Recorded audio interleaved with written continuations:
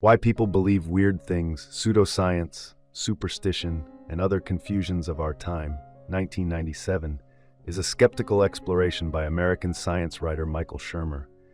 The book is divided into 5 sections and 15 chapters, where Shermer passionately debunks popular superstitions, conspiracy theories, and paranormal beliefs that have shifted from the fringes to the mainstream in recent years.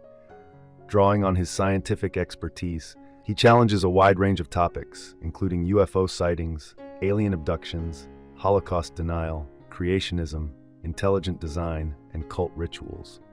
As the publisher and editor-in-chief of Skeptic magazine and founder of the Skeptic Society, Shermer presents his arguments with empirical evidence.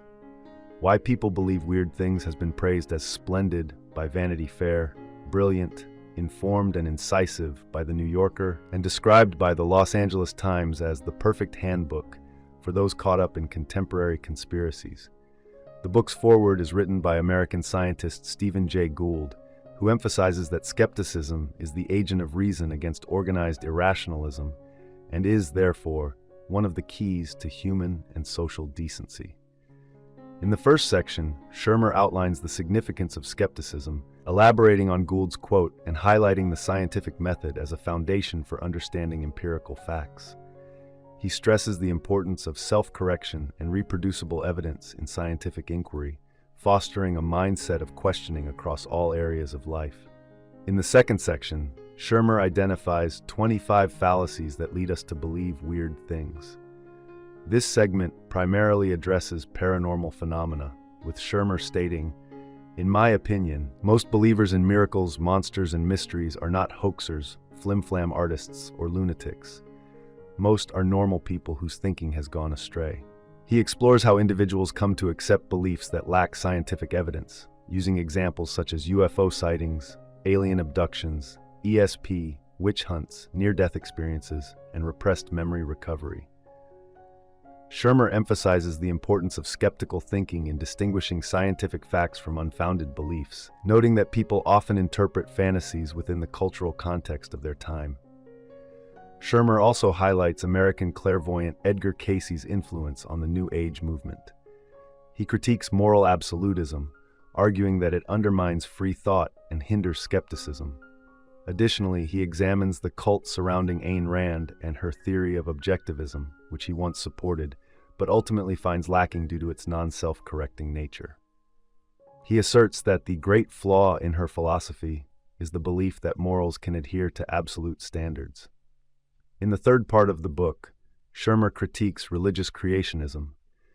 Despite the constitutional separation of church and state in the U.S., there has been a long-standing movement to replace Darwinian evolution in school textbooks with creationism or intelligent design. He details this movement, highlighting that even after the Supreme Court ruled the teaching of creationism in public schools unconstitutional in 1987, the push to include it in education continues. Shermer contextualizes his argument by recounting several debates with Duane Gish, a prominent creationist and former vice president of the Institute of Creation Research, ICR. He presents 25 different creationist claims and systematically debunks each one using his scientific findings.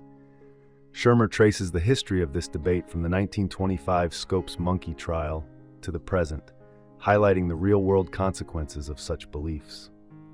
In the fourth segment, Shermer extensively addresses Holocaust denial, dedicating around 70 pages to the topic.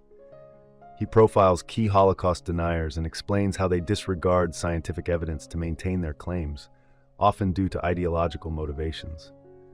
Shermer counters their arguments with factual evidence and engages in personal debates with various deniers, passionately advocating for rational thinking. His commitment to this issue is further reflected in his 2000 book, Denying History, which also tackles Holocaust denial. In the fifth and final section of the book, Shermer aims to illustrate how intelligent individuals can still fall prey to self-deception. Shermer compares American physicist and cosmologist Frank J. Tipler to Voltaire's character Pangloss, highlighting examples of highly intelligent individuals who have deceived themselves in their work. He explores the psychological states of various businessmen and professionals who abandon lucrative careers to promote their paranormal beliefs publicly. In the final chapter of the revised edition, Shermer critiques prominent scientists who conceal their spiritual beliefs under the guise of scientific authority. Ultimately, Shermer concludes that most people believe in strange ideas due to instant gratification, gullibility, and moral considerations, while intelligent individuals often do so because they can rationalize their beliefs without sufficient evidence.